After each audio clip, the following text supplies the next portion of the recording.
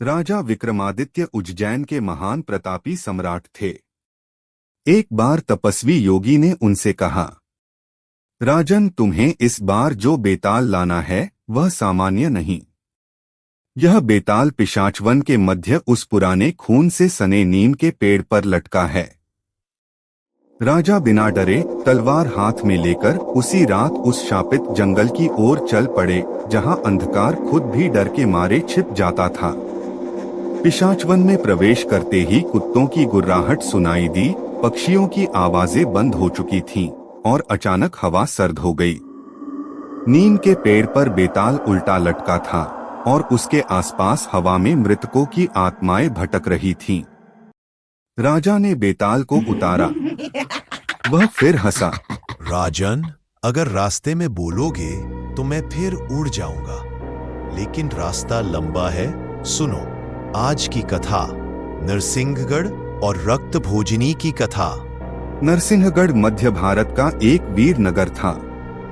वहां के राजा अमरेश बलशाली और धर्मप्रिय थे। उनके राज्य में एक विशाल महल के समीप था एक पुराना कुआं, जिसे विधवा कुआं कहा जाता था। कहते थे 100 वर्षों पहले वहां एक रानी ध्वंजावती रहती थी, जो रात्रि में रक्तपान करती थी। उसे पिशाचनी कहा गया और अंत में उसे उसी कुएं में कैद कर दिया गया।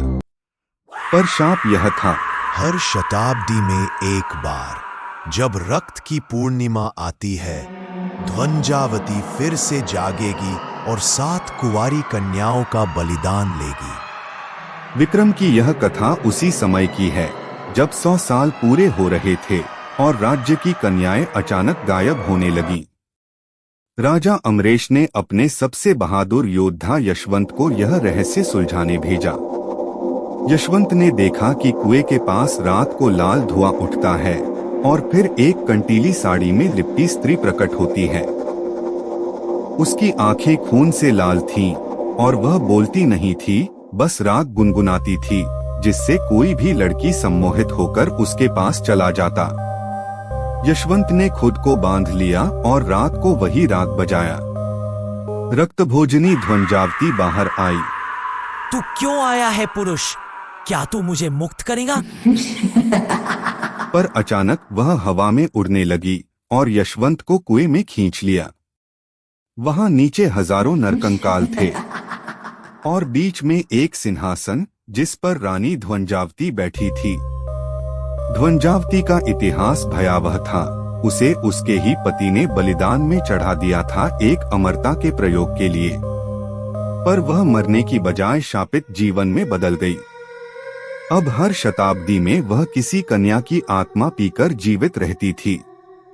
यशवंत ने जैसे तैसे राजा को सूचना भेजी। राजा विक्रमादित्य को पता चला तो उन्होंने घोषणा की, मैं खुद नरसिंहगढ़ जाऊंगा और इस रक्त पिशाचिनी को समाप्त करूंगा। रक्त की पूर्णिमा आ गई। 7 कन्याएं फिर लापता हो गईं। राजा विक्रमादित्य स्वयं कुएं में उतरे, मंत्रों की सहायता से। कुएं के नीचे की गुफाएं असंख्य आत्माओं से भरी थीं। तभी ध्वंजावती प्रकट हुई। तू पुरुष होकर मेरा सामना करेगा? मेरा शाप तुम्हें भी अमर पीड़ा देगा। विक्रम ने उत्तर दिया, मैं सत्य और न्याय के लिए युद्ध करता हूँ, अमरता के लिए नहीं। उन्होंने तलवार से एक दुर्लभ रत्न अग्निशिला को तोड़ा, जिससे पिशाचनी का तंत्र जागा था। जैसे ही अग्निशिला टूटी, रानी चीख उठी, तुमने मेरा शाप तोड़ा, अब मुझे मोक्ष दो। वह आग में जल गई और 7 कन्याएं गुफा से बाहर आ गईं, जीवित और सुरक्षित। इतना कहकर बेताल बोला, राजन, बताओ, क्या ध्वंजावती को दोष देना उचित है? जब उसके साथ अन्याय हुआ था, क्या वह राक्षसी बनी या न्याय की मांग कर रही थी? विक्रमादित्य बोले, जिस पर अन्याय हो उसका क्रोध स्वाभाविक है, पर जब वह निर्दोषों को कष्ट देने लगे तो वह स्वयं भी अन्यायी बन जाता है। ध्वंजावती पीड़िता थी, पर उसका प्रतिशोध निर्दोषों पर था, इसलिए वह राक्षसी बन गई।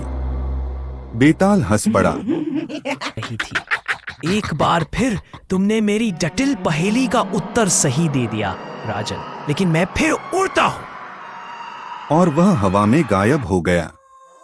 कहते हैं जहां वह बेताल लटका था वहां आज भी हर अमावस्या को नींद से खून टपकता है।